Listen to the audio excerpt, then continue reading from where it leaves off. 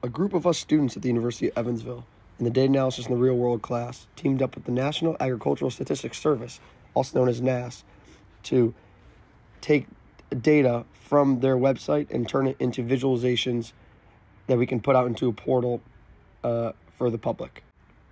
In this portal, we have this introduction slide and an interactive maps and parameter comparisons. In this introduction slide, we have the states that are included in the analysis with the respected crop, and talking through more our overall goal, which was making data accessible through visualization for not just farmers, but the normal person who might not understand everything about agriculture to utilize. We'll begin by examining this introduction tab, which began with the project description and purpose, and then was followed by these plots of each crop and their respective images and the table of information that is plotted on the graph. Below that is a placeholder for this video to be displayed so that there will be instructions and description on how the tabs work and what the visualizations represent. This project was created by students at the University of Evansville, led by Dr. Omid Karmali, and we worked alongside employees at the National Agricultural Statistics Service to help get feedback and information about the visualizations that we were producing. So now we can move on to the interactive map tab of our portal. On the left, we have a drop-down area where users can select data to observe. For example, we can select harvested corn data at state level and then create the map based on survey and census data available. Here, each state is shaded according to the key on the left representing the selected data. In the top right, we see specific values for a selected state and year. Users can select another variable, and the app will generate comparison graphs between the two selected variables. First, we see a z-score standardized box plot with a brief explanation of how it works for users unfamiliar with statistics, as these tend to not be commonly understood. Next, we see bar graphs and a line graph of each of the two variables being compared, as well as the according tabular data on the left, thus showing a side-by-side comparison across the years included in the data.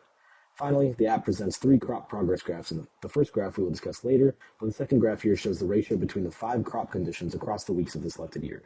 The third progress graph here shows different stages of crop planting, growth, and harvest, with the solid line representing the current year, the dotted line representing the 5-year average, and the dashed line representing the last year's data, each for the different variables. Different states report data differently depending on the crop. So changing the selected variable to wheat production by bushels, we see different states appear on the map that are more prevalent in this production.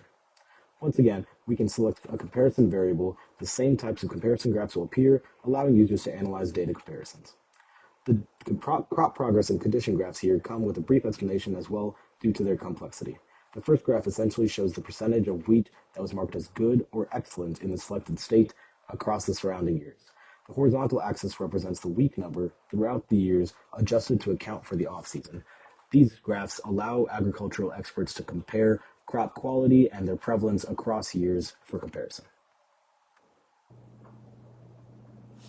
Okay, next we're going to click Create the Map once again and update the filters. Now we're going to look at the map at the county level. So select the given parameters once again, click Create the Map, and the new map will appear. As you hover over each county, it does depict the county name as well as the year.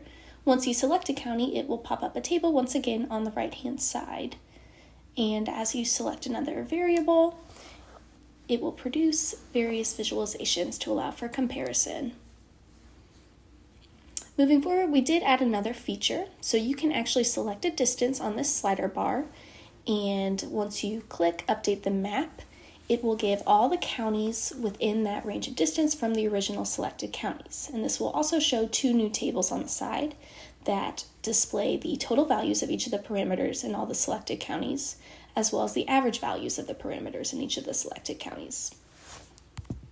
Moving to click the Parameter tab, someone can then choose 2 selected states in a crop and then further choose a selected parameter and can then compare those 2 states using the graph that then comes up.